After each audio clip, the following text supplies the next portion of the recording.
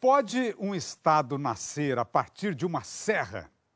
Pois esse é o caso de Minas Gerais, que teve seu território incorporado ao país quando as montanhas da Mantiqueira foram transpostas pelos bandeirantes no século XVII. Na segunda reportagem da série sobre a Serra, você vai ver que muitos fatos importantes da história do Brasil aconteceram lá, como nos contam os repórteres Ana Dallapria e Tiago Capelli.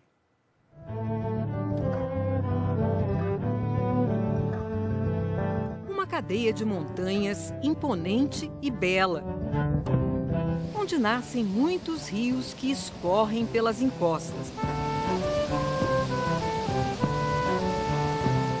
O nome Mantiqueira ela recebeu dos índios, seus primeiros habitantes. O historiador Marcelo Lemos explica que os índios já viviam na serra muito antes da chegada dos portugueses. Por conta da riqueza e diversidade biológica, essa região você tinha muita caça. Então os índios já estavam aqui no Vale do Paraíba há 9.000 anos. Muitas tribos viveram na Mantiqueira, como os puris, botocudos e araris. A colonização portuguesa ela se faz em torno da busca do ouro. O historiador Francisco Sodero conta que os bandeirantes foram os primeiros brancos a subir a serra. Eram paulistas que se aventuravam em expedições para desbravar o interior do Brasil. Essas viagens eram chamadas de bandeiras, daí o nome bandeirante. A mais importante foi a de Fernão Dias Paz, que em 1674 saiu de São Paulo e entrou aqui pela Garganta do Embaú, foi em direção a Minas Gerais, em busca não só dos metais preciosos, mas das esmeraldas que ele procurava encontrar. A busca do ouro colocou em guerra brancos e índios. Nos conflitos, muitos índios morreram, outros foram capturados e escravizados, e assim foram desaparecendo da Mantiqueira. Hoje, deles só restam lendas. Dizem que certa vez um chefe da tribo dos puris se perdeu aqui nessa mata. Buscando o caminho de volta, ele encontrou essa pedra e percebeu que ao bater nela, ela produzia um som bem diferente. Escuta aqui. Batendo na pedra, ele acabou sendo ouvido pelos companheiros e foi encontrado. A partir daí, os índios passaram a acreditar que bastava bater na pedra para conseguir proteção. Em 1694, Garcia Paz, filho de Fernão Dias, encontrou o primeiro veio de ouro na região de Ouro Preto, em Minas Gerais, dando início a um novo ciclo da economia da Mantiqueira e do Brasil. A história que vamos contar se passa nas cercanias da chamada Estrada Real, que hoje está toda sinalizada por esses marcos aqui, olha só. O primeiro trecho da estrada ligava o porto de Paraty, no litoral do Rio de Janeiro, até a região de Ouro Preto. Esse caminho se torna, no início, o único caminho que era permitido o transporte do ouro. Então, por isso mesmo, recebe o nome de Estrada Real. No século XVIII, o governo português autorizou a abertura de uma nova picada, ligando as minas diretamente ao porto do Rio de Janeiro, de onde o ouro embarcava para Portugal. Ela levou mais de 20 anos para ficar pronta e foi feita por Garcia Paz com dinheiro próprio. Aquela história da privatização das estradas já é dessa época, então era uma iniciativa privada, ele tinha o direito de cobrar o pedágio para ele recuperar o investimento que ele faz. Além de pedágio, quem transportava ouro tinha que pagar imposto à coroa portuguesa.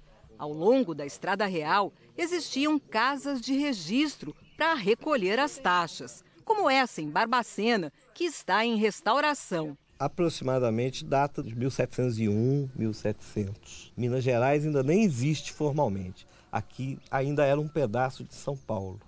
Para ocupar as terras ao redor da Estrada Real e expandir as fronteiras do país, no início do século XVIII, o governo português começou a distribuir sesmarias, imensas extensões de terra doadas pela coroa aos amigos do rei. Assim surgiram as primeiras fazendas e casarões da serra. A fazenda Borda do Campo é considerada a mais antiga fazenda da parte mineira da Serra da Mantiqueira. Ela começou a ser aberta mais ou menos em 1710.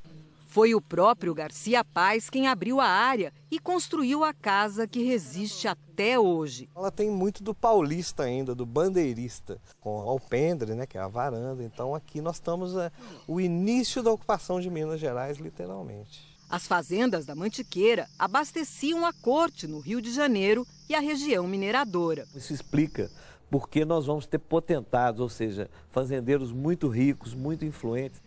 Sinônimos de riqueza e poder, os casarões estão por toda parte, com suas janelas coloridas, paredes de adobe e telhas de barro. São marcas da arquitetura colonial brasileira, abrigavam as famílias que viviam na Mantiqueira e também hospedavam tropeiros e viajantes. Por isso, as casas têm muitos quartos e salões, e quase todas têm capelas, com santos e oratórios esculpidos em madeira há mais de 200 anos.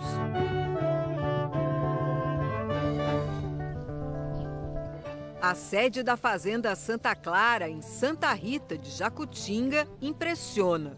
Essa casa levou 25 anos para ser construída e tudo nela faz referência à duração de 1 ano.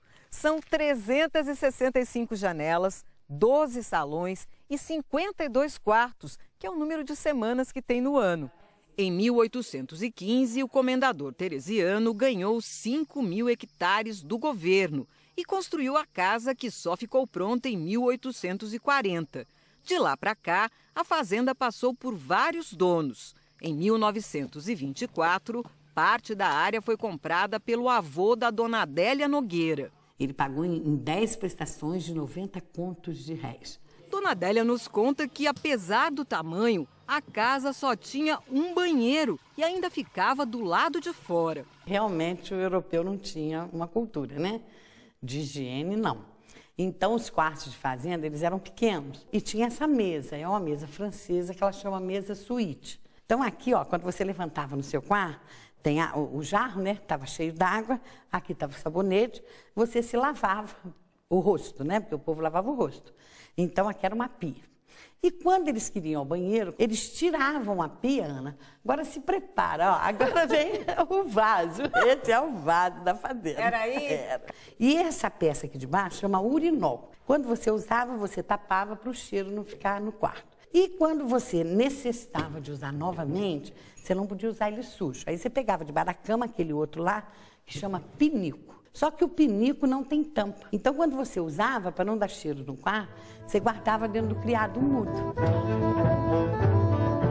A Santa Clara chegou a ter 2.800 escravos, tratados com mão de ferro pelo comendador.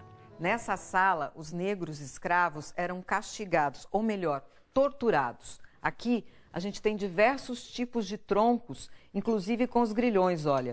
Esses menores serviam para prender braços e pernas e os maiores para prender o pescoço.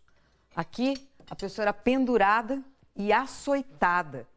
Ao lado, veja só, um outro tipo de tronco, onde nessas aberturas maiores ficavam presas as pernas, os tornozelos dos negros e nas menores, os braços, os pulsos.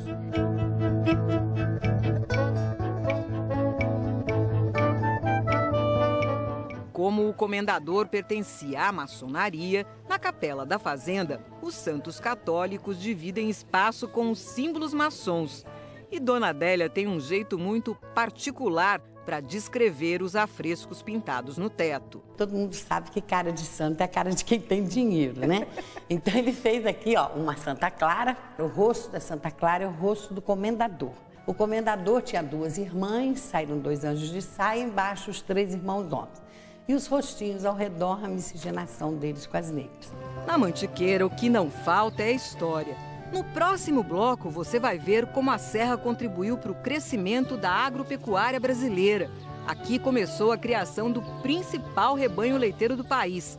Vamos mostrar por que o café se espalhou pelas montanhas e contar a saga de imigrantes que transformaram a Mantiqueira numa grande produtora de queijos finos.